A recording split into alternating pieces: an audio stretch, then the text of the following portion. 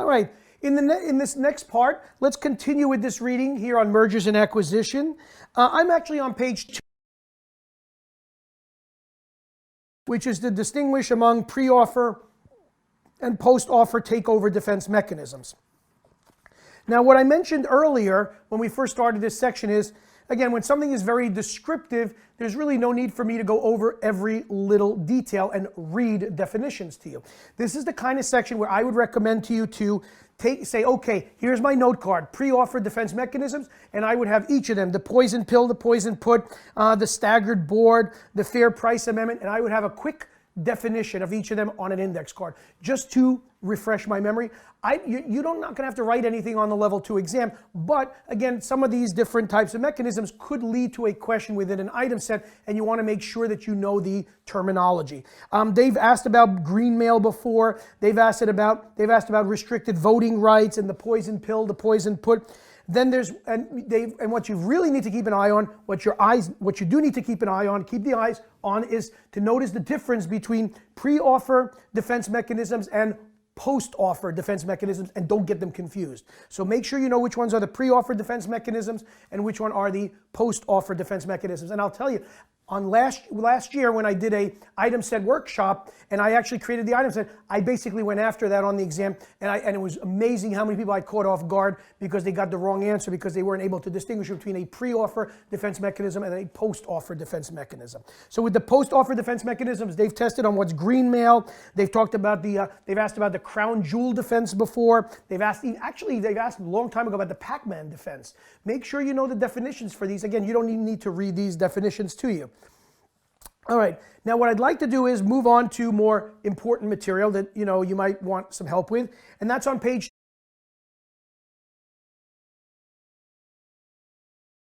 Now, if you take a look at your screen right now, I'm sort of getting right to the punch here, and that is, what is the Herfindahl-Hirschman index? You learned about the Herfindahl index back in level 1. Okay, now he actually got an award for coming up with this with the Herfindahl index.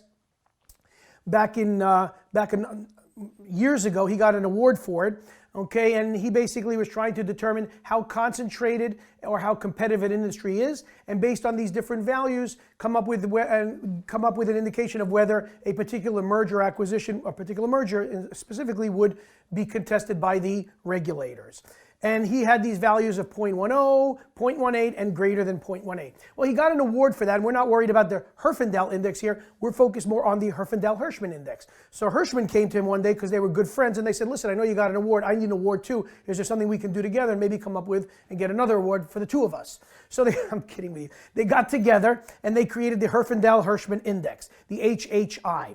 And basically, the Herfindahl-Hirschman index, as you can see from your screen, is calculated as the sum of the squared market shares for all firms within the industry.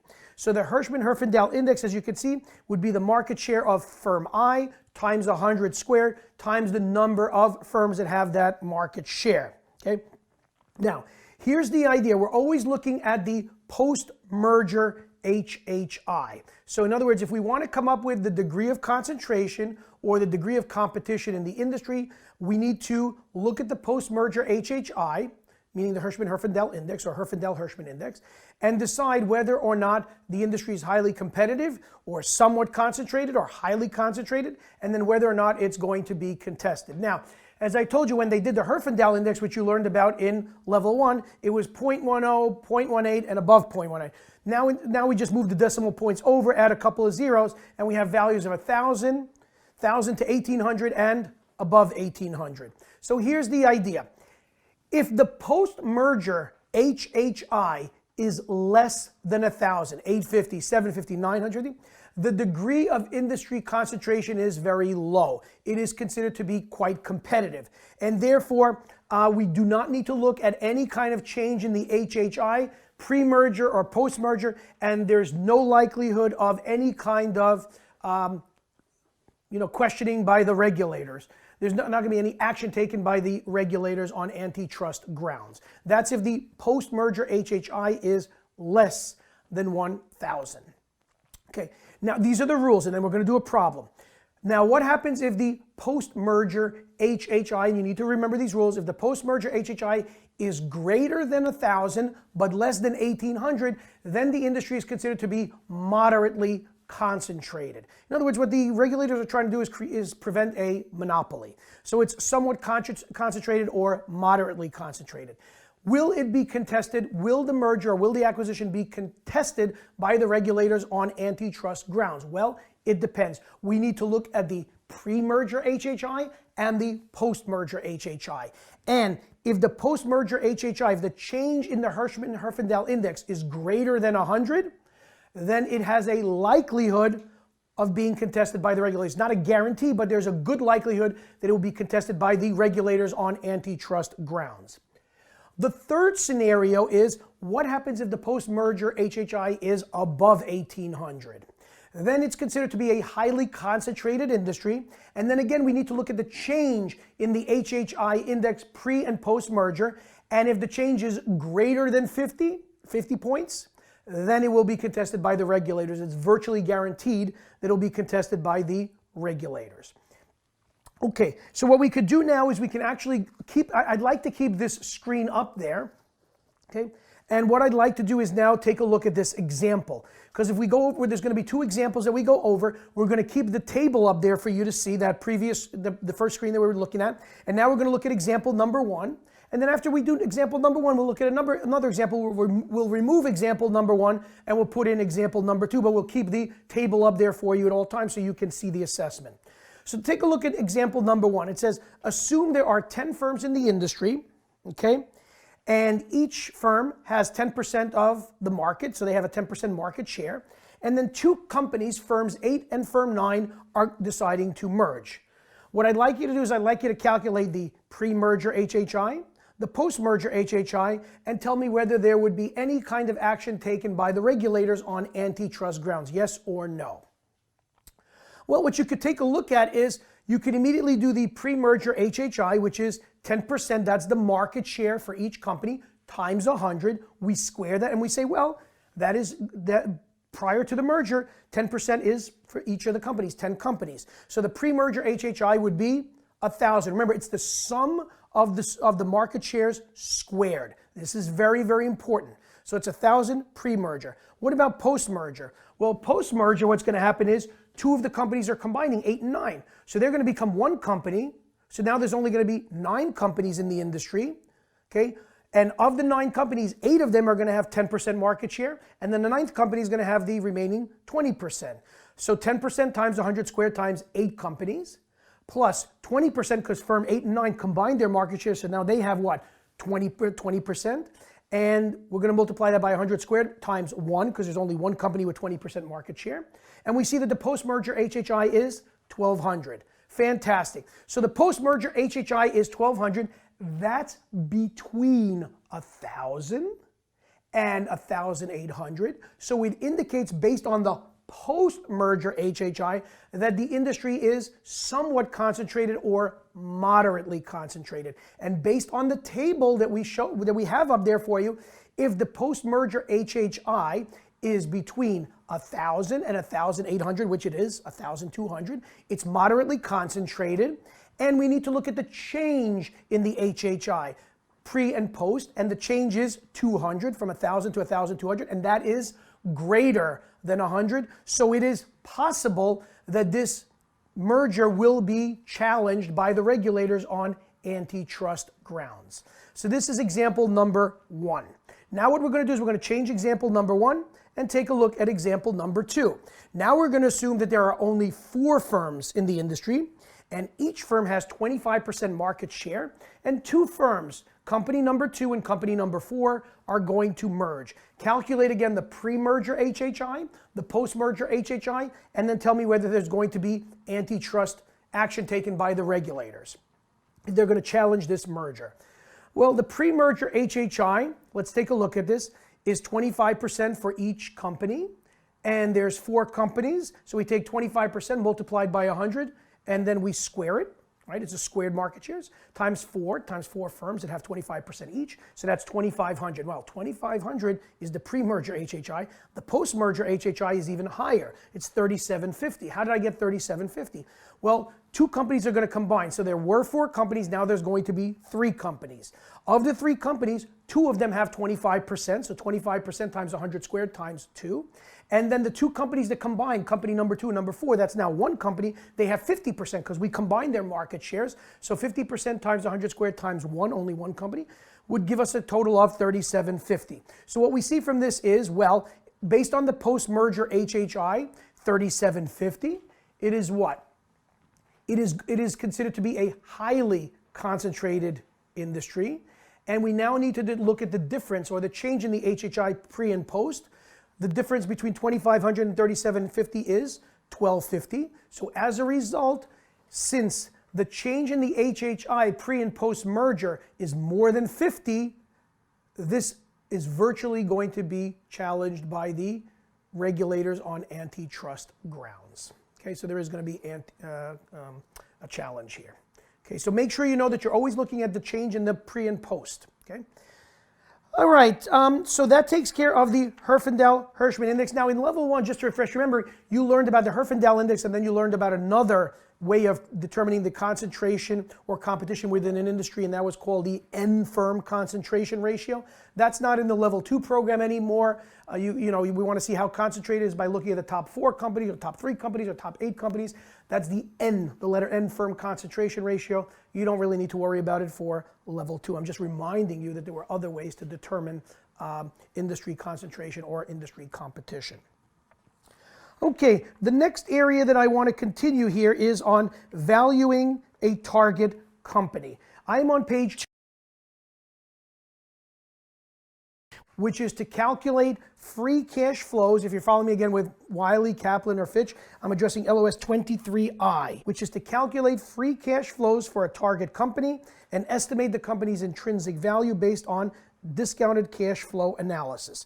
Well, before we actually just jump into this, keep in mind that we're talking about this from an analyst perspective. So when we're valuing a target company, we need to know that there are 3 basic methods that analysts can use to value target companies in a merger and acquisition transaction.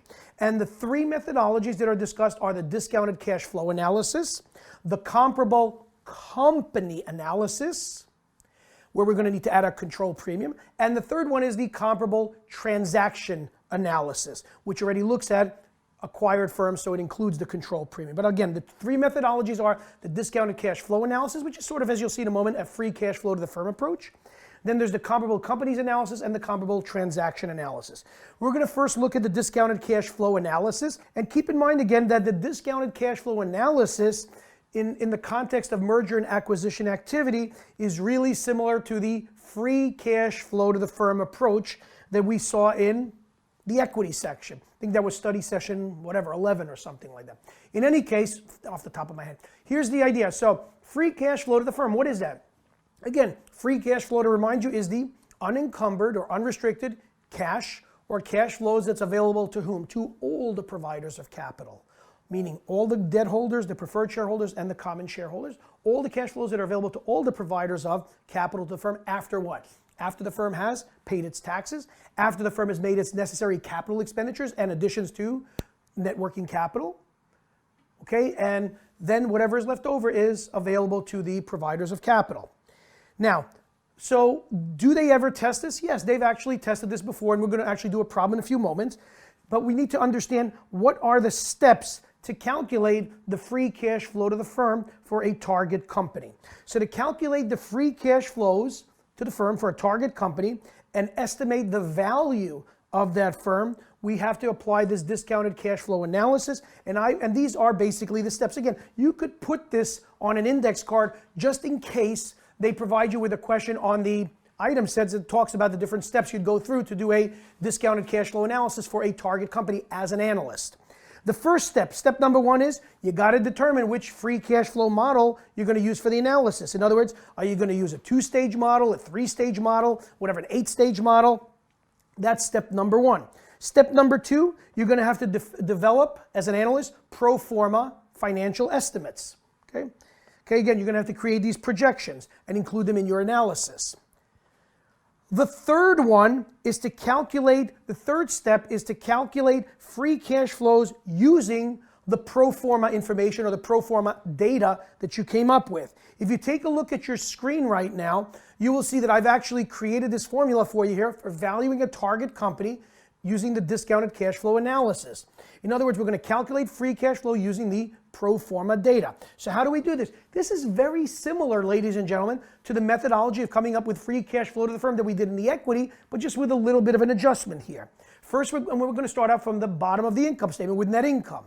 And then what we're going to do is, to net income, we know that we're going to have to add back any kind of interest income and interest expense. Okay? And again, this is on a after-tax basis. So interest income and interest expense gets added back, interest income gets deducted. So we look at the net interest after tax. And then when we add that net interest of the offsetting interest expense and interest income to the net income, we come up with what is called the unlevered net income. Why do we call that the unlevered net income? Well, what does unlevered mean? It doesn't take into account leverage or debt. Well, when we've adjusted net income for the interest expense and the interest income, we've eliminated the sort of like the leverage or the debt. So we have what is called the unlevered net income. Now, the unlevered net income is really the same thing as the after-tax EBIT. Okay, you remember that? We talked about the different methodologies in equity of how to come up with the free cash flow to the firm. We could start out with net income, or we could start out with EBIT or EBITDA. But if we start out with EBIT, we have to put it on a after-tax basis. So the unlevered net income is the after-tax EBIT. Okay? And then if there's any kind of deferred taxes, we basically have to add or subtract that change in deferred taxes. And I would assume that if they ever made you do this on the exam, which I think is unlikely, that they would leave it out. But in any case, once we add those deferred taxes or subtract them, depending on whether they're a deferred tax asset or a deferred tax liability, we come up with the net operating profits less adjusted taxes, meaning the no plan. That's the net operating profits less adjusted taxes. And then, of course, we add back any kind of non-cash charges. Notice that we say net non-cash charges because we would add back any kind of depreciation, amortization, depletion, and then we would have to subtract and then we'd have to offset that against any kind of non-cash revenues. Non-cash revenues like the undistributed earnings from the affiliate when we're doing the equity method of accounting. We talked about that earlier on as well. So we'd come up with any kind of net non-cash elements or non-cash charges. Then we would have to, of course, like free cash flows, once we come up with that, when we did the free cash flow to the firm, we'd have to subtract any kind of fixed capital investments and working capital changes as well. And that would give us our free cash flow to use for valuing a target company. Okay. Now, again, I would make sure to know this formula. Again, I don't think that you're actually going to have to physically calculate it because that's not what the learning outcome statement does say calculate, but I'll show you how they wanted you to calculate. It's not doing this kind of formula, but they could ask you from a qualitative standpoint about the components of free cash flow for valuing a target company. So I would make sure to know that. Now, again, keep in mind again, as we went through this, that the unlevered net income is really the same thing as earnings before interest and taxes multiplied by 1 minus the tax rate. So that is the after-tax EBIT. So this would be step number 3. Okay. Now, step number 4. Step number 4 is to discount those free cash flows back to the present at what we call an appropriate discount rate. So in other words, what we need to do is, usually when we discount cash flows, we're going to discount the cash flows by the WACC. But because this is a target company and we're going to discount its cash flows, we might either want to use the WACC or some kind of adjusted WACC for the target company. So again, in evaluating a potential merger target, we're going to want to adjust that target company's weighted average cost of capital to reflect any type of changes in the risk of the capital structure. Okay, so we want to reflect any changes in the target's risk or capital structure that could result that could result from this merger. So in other words, usually when we discount cash flows, we use our current WACC. But really, WACCs should be adjusted. The weighted average cost of capital should be adjusted if there's going to be more risk involved. So for example, if we're just talking about taking on a project, if a company takes on a project, we would say, hey, you know what, discount the cash flows by the WACC. That is assuming that the project that's being undertaken is as risky as the average projects of the firm. If the project that you're thinking of undertaking, even if it has a positive NPV, is riskier than the average risk of the firm's projects, then you need to adjust the WACC upwards. If it's less risky, then you need to adjust the WACC downwards. Same idea here, that when an analyst is trying to come up with the WACC, in evaluating a potential merger target, he's going to want to adjust that target company's weighted average cost of capital to reflect any kind of changes in the target company's risk or the target company's capital structure that could result from that merger. That would be, again, step number 4. Step number 5 would be to determine the terminal value at the end of that, whatever, high growth period, if you want to call it, and discount it also back to the present. So the terminal value, as we saw with the dividend discount models and the free cash flow models in the equity section, the terminal value can be determined in 2 ways. The first one is to assume constant growth after the high growth phase. And then the other methodology is to apply what's called a multiples approach. You remember that from the equity? We talked about 2 different ways to come up with the terminal value. One is to assume a constant growth dividend discount model, like the Gordon model, or the other one is to use a multiples approach. So the second method here for valuing a target company is similar.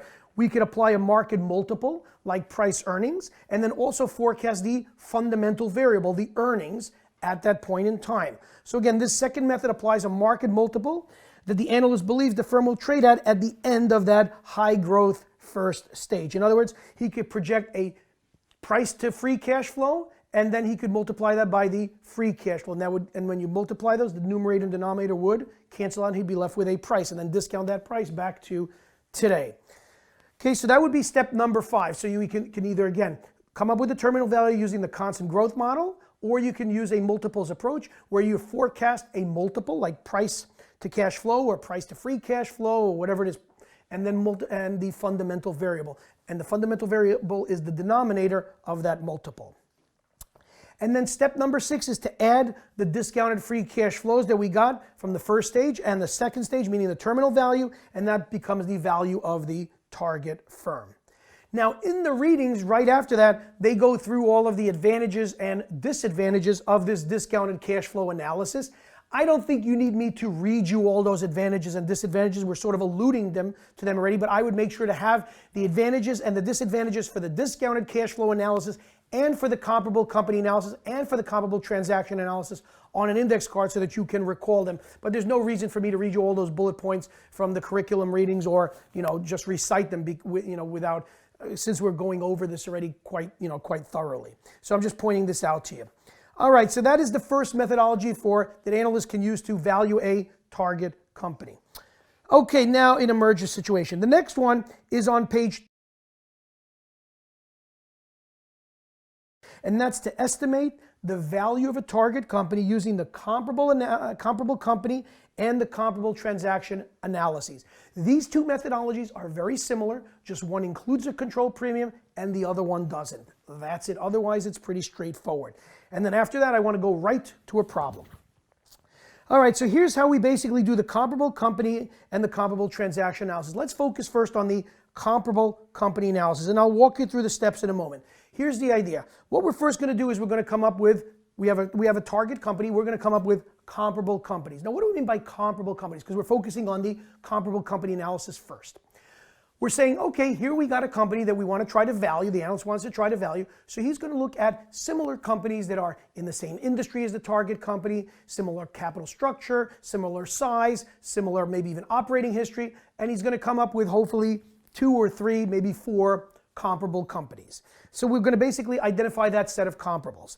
Then what he's going to do is he's going to say, okay, well, to come up with a value for my target company, what I need to do is I need to look at these comparables that I came up with, and I got to come up with what is called a relative valuation metric. What are relative valuation metrics? Relative valuation metrics would basically be comparisons between, it would be any kind of comparisons. It could be on a earnings basis, or they could be on a firm basis. So relative valuation metrics could be things like enterprise value to EBITDA or enterprise value to sales. Those could be on a firm level. Or we could do relative valuation metrics among those comparable companies from a price standpoint, price to earnings, price to book, price to sales, price to cash flow. Those are what we call relative valuation metrics.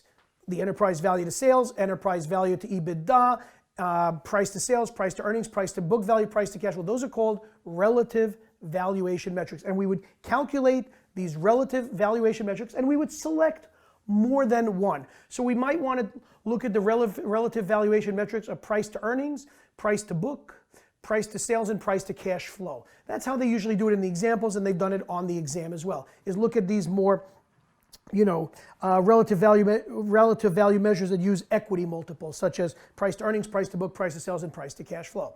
And then what we're going to do is we're going to calculate, let's say we have 3 comparable companies. I'm explaining the process first, and then I'm going to walk you through an example, and it's all going to make sense. So what we would do is we'd say, okay, let's take a look at the relative valuation metrics of price to earnings, price to book, price to sales, and price to cash flow for our 3 comparable companies. So we're going to calculate a price to earnings for company number 1, company number 2, and company number 3. Well, which one is the appropriate one? We would take some kind of average. Okay. Same thing with price to book and price to sales. Okay. We would come up with the averages. So what would happen is, why did we select the average? Because after we come up with the relative valuation metrics of price to earnings, price to book, price to sales, and price to cash flow, we need to come up with some kind of descriptive statistic. In other words, are we going to use, if we have 4 different price to earnings, are we going to use the mean, the median? Are we going to use some kind of range? What are we actually going to use here for the relative valuation metrics? Many times what we do is we'll just say, let's take the mean. So what we could do is we could take the mean PE ratio for those 3 comparable companies, and we'll have one PE. Okay, we'll have an average PE. Then we'll have an average price to book, price to sales, and price to cash flow. So we have these. So we've taken these relative valuation metrics and we've come up with a descriptive statistic based on the mean. So we're going to come up with the mean PE for our 3 comparable companies, the mean price to book, the mean price to sales, and the mean price to cash flow for our 3 comparable companies. Fine. So we have an average PE, an average price to book, average price to sales, average price to cash flow. What do we do then? Then what we're going to do is we're going to say, well, we got to come up with a price for our target company. So what we're going to do is we're going to take each of those mean relative valuation metrics that we calculated, and we're going to multiply by the fundamental variable of our target company.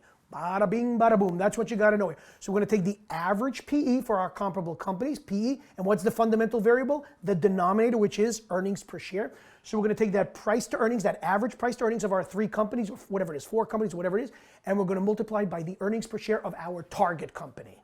And then we're going to take the price to book, and we're going to multiply it by the book value per share of our target company. Price to sales times the sales per share of our target company. Price to cash flow times the cash flow per share of our target company. And then when we multiply these average relative valuation metrics times the fundamental variable of our target company, the numerator and denominator will cancel out and we'll get 3 different prices. And then we're going to take those 3 or 4 different prices and come up with an average. That is, are we done yet? No. Now that we've come up with these, with the average price, we need to say, well, now if we actually acquire this company, if we acquire this target company, we're going to have control. There's a value to control. We call it the control premium. And then what we have to do is we have to add a control premium to the price that we just calculated, the average price we just calculated, and that would be the price that we would offer for the acquisition, that we would use for acquisition purposes. So what I'm going to do now is now that I've sort of laid it out, I haven't gone over the formula yet for the control premium. I will, but I just wanted to point out the steps so that you don't get confused. So again, the comparable company analysis uses relative valuation metrics like price to earnings, price to book, price to sales, whatever you want, for similar firms to estimate the market value, and then we're going to add a takeover premium to determine the fair price for the acquirer to pay for the target. Again, this is what the analyst does. So it involves the following steps. Again, you can put the steps down, but I just went through the steps. Step number 1, as I said, is to identify the set of comparables. They would actually give you those comparables on the exam. You couldn't come up with them. And ideally, the sample of companies would be from the same industry as the target. They would have a similar size and similar capital structure. In step number 2, we would calculate the different relative valuation metrics based on the current market prices of the companies that we have in our sample, those 3 or 4 comparables. Some analysts will use relative value measures based on enterprise value, like I said, enterprise value to sales or enterprise value to EBITDA, or enterprise value even to free cash flow. And then other analysts might want to use relative value measures that use equity multiples like price to earnings, price to book, price to sales, price to cash flow. In the third step, step number 3, the analyst would calculate a descriptive statistic like a mean, median, or range for the relative valuation metrics and apply those metrics to the target firm. How do we do that? The average PE for our comparables times the earnings per share of our target company. And again, remember always that value or the price is equal to the multiple times the appropriate fundamental variable. So earnings per share times PE. Book value per share times price to book value times book value per share. Price to sales times sales, so on and so forth. Ideally, what would happen is if it's done correctly, the different relative value measures are going to give you similar, not identical, but similar estimates for the target's value. Now, in step 4, we got to add the takeover premium because there is a benefit to control. Okay, so this premium is usually going to be expressed, and you're going to need to know this formula. And I'm actually putting it up right now on your screen. The takeover premium, this control premium, how would you come up with the control premium in a comparable company analysis? This premium is usually expressed as a percentage of the target's stock price, and it's calculated as, and you can see it there, the takeover premium, and this is very, very carefully worded for you on your screen. It's the deal price per share, okay, minus the target company's stock price. Notice that I underlined this, before market speculation caused the stock price to jump. And then we're going to divide that by the target stock price again before market speculation caused the stock price to jump. So it's DP minus SP over SP. Why? Because sometimes candidates get confused about which stock price are they talking about. Are they talking about the stock price prior to the escalation or the stock price after the escalation? And it's always before the escalation. Okay. And that would be step number 4. And then step number 5 would be to calculate the estimated takeover price for the target as the sum of the estimated stock value that we got based on the comparables, and then adding the takeover premium to that. Okay? And again, we're going to go over an example in a few moments to get all of this down pat.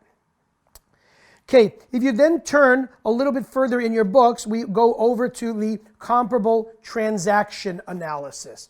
Now, the comparable transaction analysis is really not really different from the comparable company analysis, with only one big difference. There's only going to be one big difference between the comparable company analysis that we just did and the comparable transaction analysis. The comparable transaction analysis is going to look at companies that have been recently acquired, maybe 2, 3, or 4 recently acquired firms, transactions that have actually occurred in the marketplace. And we're going to use those values, so those already include the control premium. And again, those have to be events that happened recently, like within the last 18 months or 2 years or something like that. So again, this methodology for the comparable transaction analysis is really similar to the comparable company approach, except that all of the comparables are going to be firms that have been recently taken over. So they include the control premium. Using the recent transaction data, as I just said, means that the takeover premium has been included in the price. So there's no need to calculate the control premium separately when we do the transaction analysis. So the comparable transaction analysis is going to have the same steps as we did before, except for the control premium. So we're going to identify the set of recent transaction takeovers. Again, same industry as the target, usually similar capital structure, similar size many times. Step number 2 would be to calculate those relative valuation metrics based on completed deal prices for the companies in the sample. And then step number 3 would be to calculate the descriptive statistic, again, the mean, the median, or the range or whatever for the relative valuation metrics, and apply those to the target firm. Again, PE times earnings per share of our target. Price to book of our comparables times the book value per share for our target company. So we're really doing the same approach. We're just eliminating what? The control premium, because it's already in there. Okay.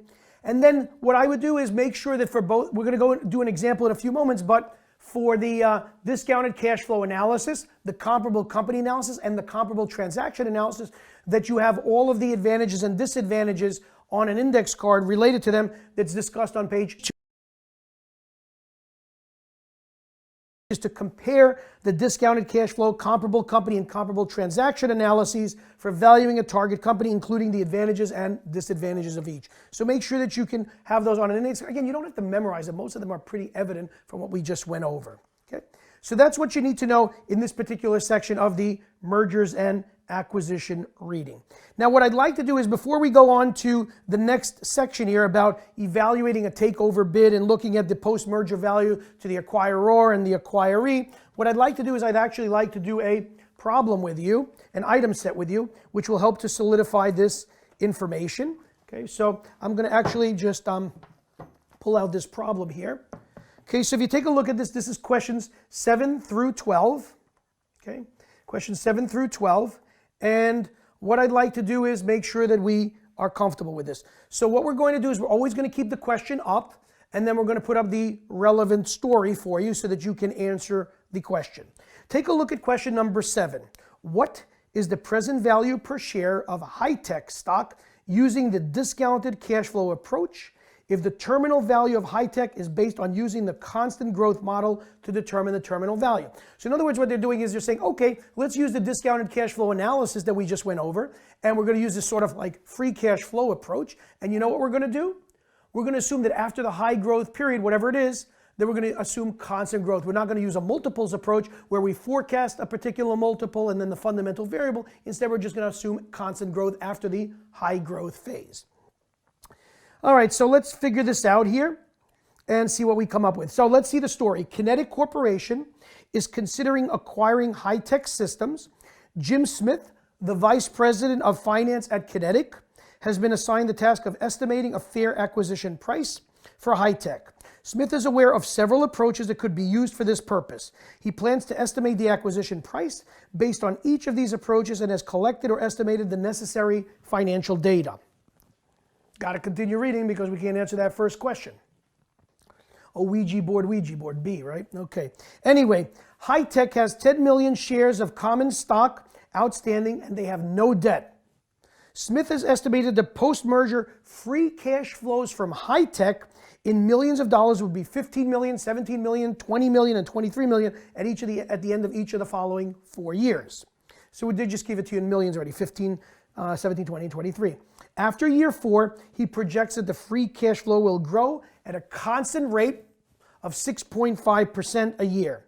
He determines that the appropriate rate for discounting these estimated cash flows is 11%. He also estimates that after 4 years, high-tech would be worth 23 times its free cash flow at the end of the 4th year. I think you could pretty much stop reading there because you have all the information that you need in order to answer number 7. So we have the question up there for you as well as the story. What I'd like you to do is I'd like you to take about 2 minutes to do this. Again, I don't think you need more than 2 minutes to do this, and see whether you come up with 3938, 4056, or 4157. Again, if you're not sure and you don't know how to do discounted cash flow analysis, you can always guess B and hope that it's right, right? That's the rule of thumb. If you don't know something, just guess B and see if you're right.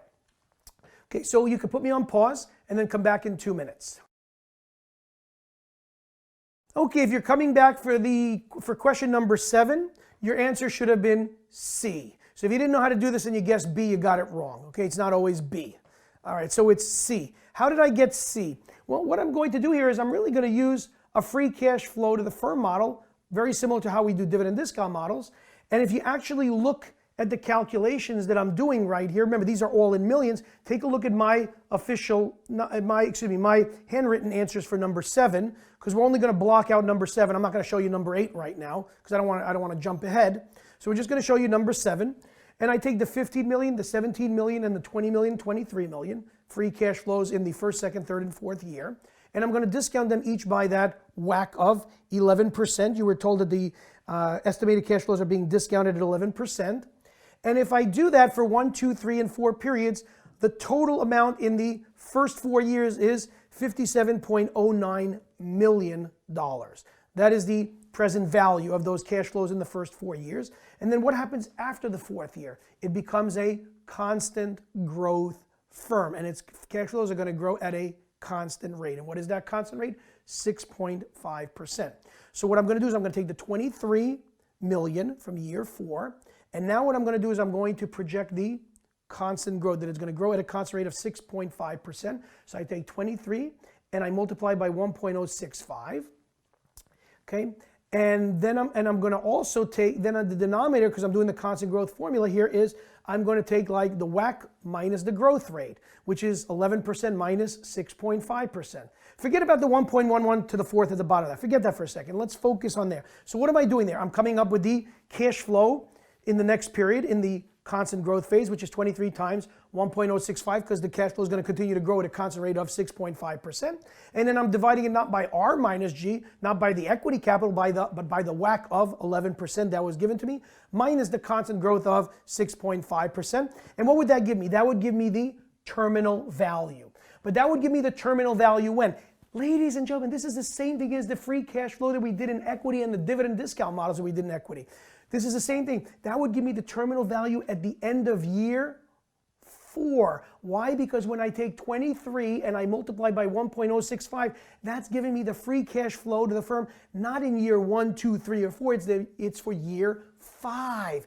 But you remember the subscript under the free cash flows is 1 greater than under the price. So free cash flow to the firm 5 would be coming up with P4. So therefore we need to take that P4 and discount it at 11% for 4 periods. So therefore what we're saying is that at the end of the 4th year, this is becoming like a constant growth stock. So we take that last high dividend and then we sell the stock on that same day, right? Same thing, we're going to sell that company on that date. And what we're going to do is we're going to say the 23 million at the end of year 4, and then the terminal value at the end of the year 4 both have to be discounted back 4 periods at 11%.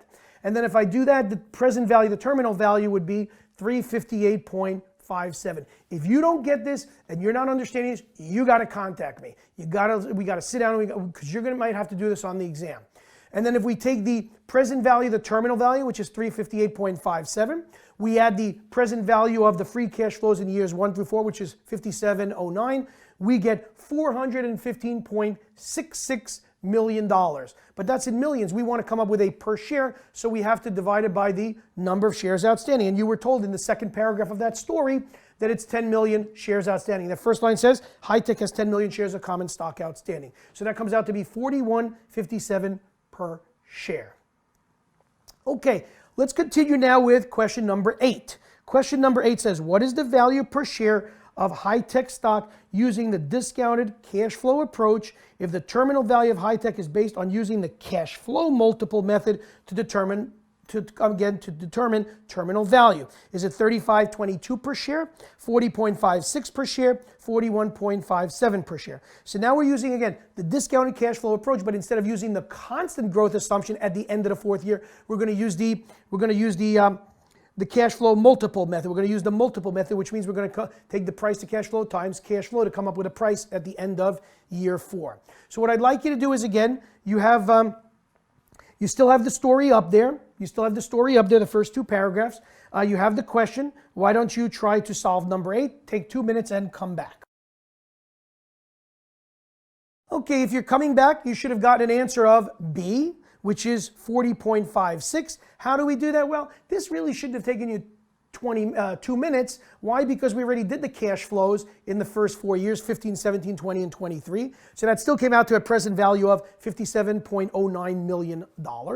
And then what we needed to do is we just needed to change the formula that we used to calculate the terminal value. So we're going to take the 23, and rather than multiplying it by the constant growth rate of 6.5%, we're just going to say that the multiples method was calculated for us already at 23. So 23 times 23. And again, we're going to discount that back at, that's going to give us the cash flow in the end of year 4. And then we're going to discount that cash flow at 11% for 4 periods, much like the cash flow at the end of year 4. So we get 348.47 million. And then we add the 348.47 million, which is the present value, the terminal value, to the 57.09, and we get $405.55 million. And again, on a per share basis, we have to divide that by 10 million shares outstanding, and we get 40.56, which is B. Now, just to make sure you understand the difference here, in the previous problem, number 7, we assumed that the terminal value is being calculated based on a constant growth. In this number 8, we're doing the terminal value as a multiple. So we're saying that price to cash flow, they're giving it to you already. Price to cash flow times cash flow, the cash flows would cancel out. The price would be basically 23 times 23. Okay, Okay, because you were told that in the story, you were told that high-tech would be worth 23 times its free cash flow at the end of the 4th year. So that's why we have to discount that terminal value also at 11% for 4 years. And you get 40.56. All right, let's move on to question number 9. Question number 9 says the average stock price of high-tech for the 3 relative valuation ratios, if it's traded at the mean of the 3 valuations, is closest to 35.21, 39.38, or 40.56. Now, this is great practice, but realistically, I don't think you could do all these computations in 3 minutes. So if they gave you something like this on the exam, you just have to try your hardest and spend no more than 2 minutes. If you couldn't, you'd have to move on to the next question. But again, I can't see them actually making you do all of these calculations. That would be not only mean, it would just be almost impossible unless you have a lot of cushion time at the end. But we're going to do this because this is great practice. And again, what they could do is they could size this down and make you do it by, instead of using 3 companies, using only 2 companies, and making it a lot simpler math and giving you most of the numbers anyway. So there's ways to cut down on the math. So in question number 9, you're being asked to come up with the average stock price of high-tech for the 3 relative valuation ratios using the mean as the descriptive statistic. And then come up with 35.21, 39.38, or 40.56. All right, let's continue with the story now. We keep question number 9 up there for you. And now let's put up the relevant portion of this reading passage. Smith has determined that 3 companies, Alpha, Neutron, and Techno, are comparable to high-tech. He has also identified 3 recent takeover transactions, Quadrant, ProTech, and Automator, that are similar to the takeover of high-tech under consideration. So high-tech is the target company.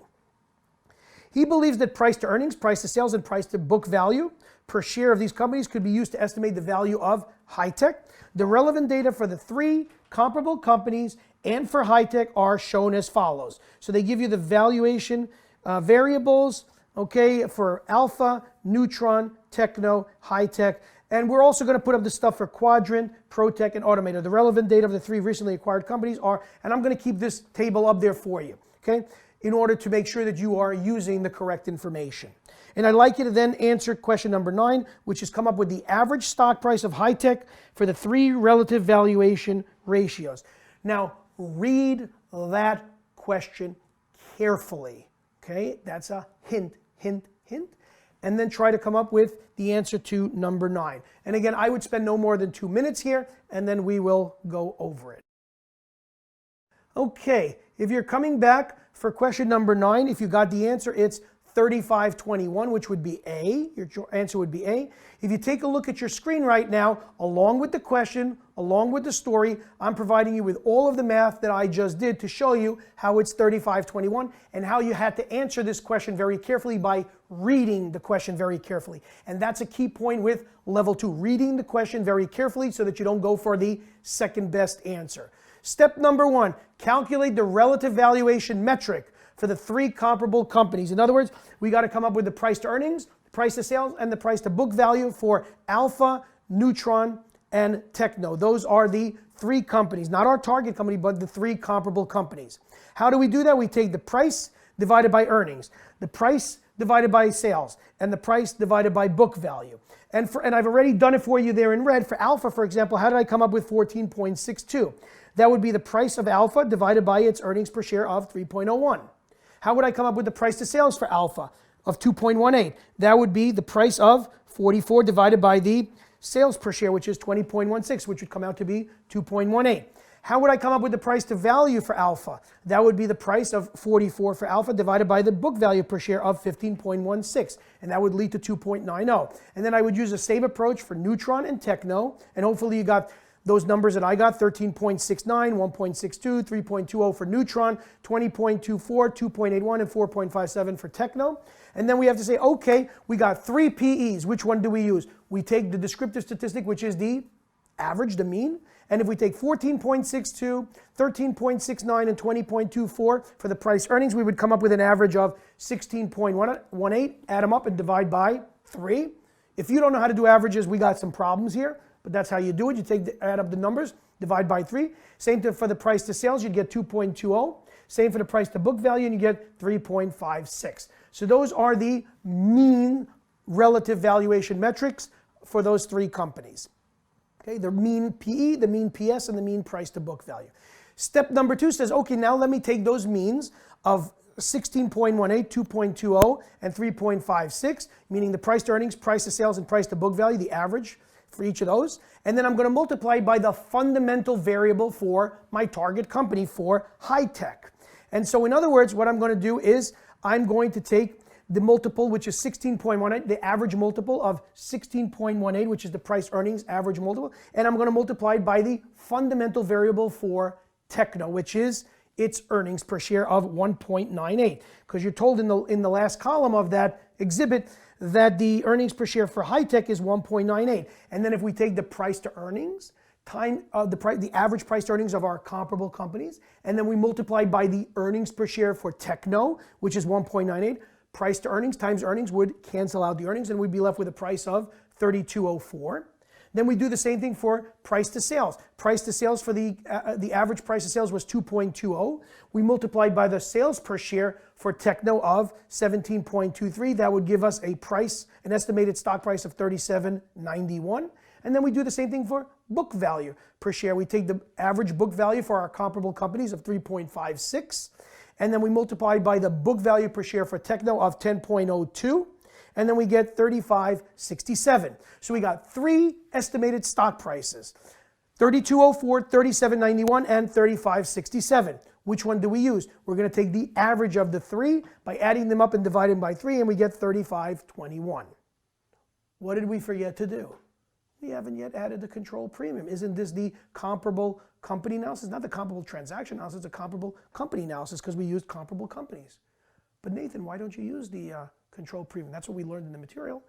Look at what the question is asking. The question is asking you specifically for the average stock price of high tech using these 3 relative valuation metrics. It didn't ask you to add the control premium. So therefore it's 35.21. Is that what you'd actually pay? No, because you'd have to add the control premium because you're going to take control through the merger or the acquisition.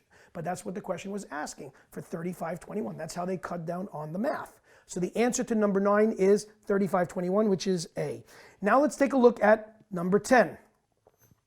Number 10 says, taking into account the mean takeover premium on recent comparable, we're still doing the comparable transaction analysis, what would be the estimate of the fair acquisition price of high tech based on the comparable company growth? So now what we need to do in number 10 is we need to take the 35.21 that we just got from number 9 and carry it over, and then add to that the control premium to the 35.21, because the 35.21 is not the complete answer. That's just the average stock price of high tech for the 3 relative valuation metrics. Now we have to add the control premium because having control has value. So how do we calculate the control premium? We went over that formula. If you take a look at number 10, again, what I'm going to ask you to do is before we do this, take a pause. You still have all the data up there that we've had for you. You have question number 10. You have the data up there for you. And try to solve number 10 again. Give yourselves 2 minutes and then come back and see if you got 35.22, 40.83, or 41.29.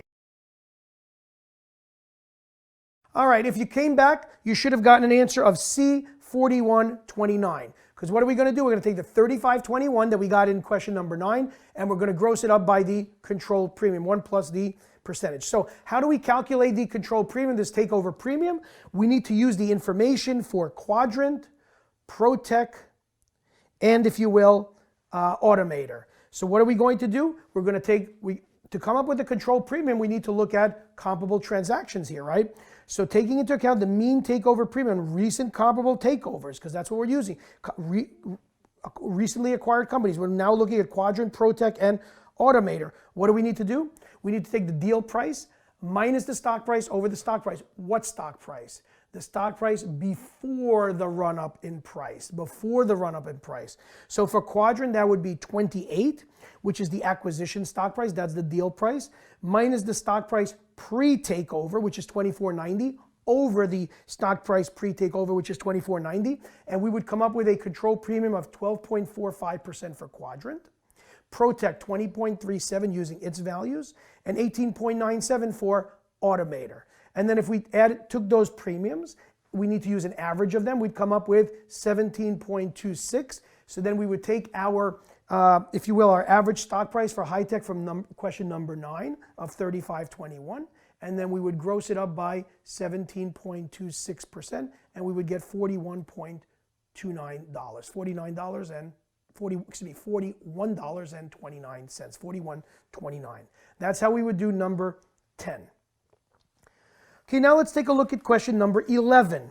Question number 11, we're still keeping the story up there. We're just changing the scenario here. We're still keeping up those tables. The fair acquisition price of high-tech using the comparable transaction approach is closest to 35.22, 40.86, or 41.31. Okay. Well, you still have, again, the tables up there, okay? And all this is doing is you're doing exactly the same thing as you did in the comparable company analysis, but now you're not going to do any kind of control premium because the control premium is already included in the acquisition price.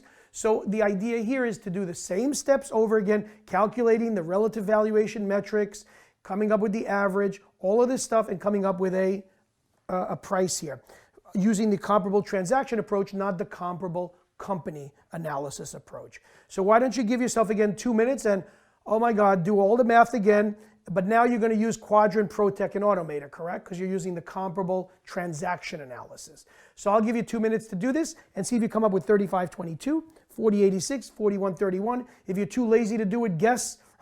I'm kidding, don't be too lazy to guess. But try to do it and let's see what you come up with. This is really good practice.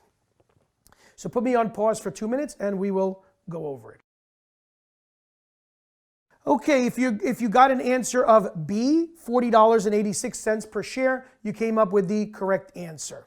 What I'm going to do now is I'm going to get even smaller on the screen probably, so we have the problem for you. And again, we're going to put up my answer. For 11 is B. Step 1, calculate the relative valuation metrics. Again, price to earnings, price to book, price to sales, for each of the 3 comparable transactions. Now the comparable transactions, you got to use the right tables. That is Quadrant, ProTech, and Automator. It is not Alpha, Neutron, and Techno. And again, some candidates will do that because they either have no idea what they're doing or they're just, too quick. And if you do that, I've done the calculations there for you again.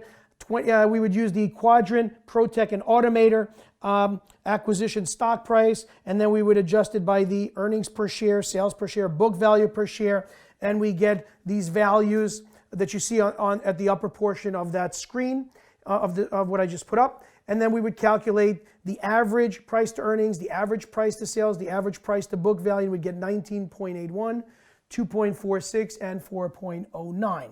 Then we would need to take those average values for the average PE, the average PS, and the average price to book value and multiply them by the fundamental variable, which is the denominator, right, of those relative valuation metrics, the denominator, earnings, book value, or sales. And we'd have to multiply by the earnings per share, the sales per share, or the book value per share for high tech. And then we would get the estimated acquisition prices of $39.22, $42.39, and $40.98. And then we would take the average of those 3 and we'd get 40.86, which is the answer to the question, which is B. Now notice that we do not adjust this any further for control premium because we're looking at comparable transactions, meaning recently acquired firms, so they already include in that acquisition price the control premium. So therefore you would get 40.86 and no further step necessary. Okay, so that is question number 11. Now we could take all of this stuff off the screen and we could just put up the last question, which is question number 12 for this item set, which is, are Smith's 2 comments about his analysis correct?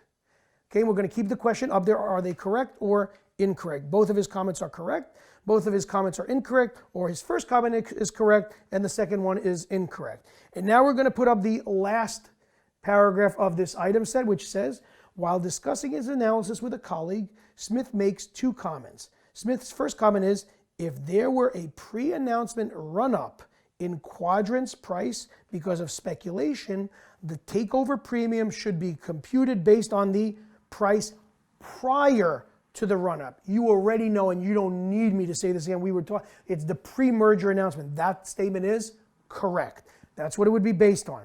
His second comment is, because the comparable transaction approach is based on the acquisition price, the takeover premium is implicitly recognized in this approach. The comparable transaction analysis is based on comparable transactions that recently occurred. They are based on what? Acquisition prices, which include that control premium. So that second statement is also correct. So I'm not giving you 2 minutes to solve this. You should already know, based on what we went over, that those two statements are completely correct. So the answer for this one would be A. All right, and this is where we're going to stop with this. And in the next section, we're going to go over is the entire thing about the merger takeover and the valuation of the synergies between the acquirers, shareholders, and the target shareholders.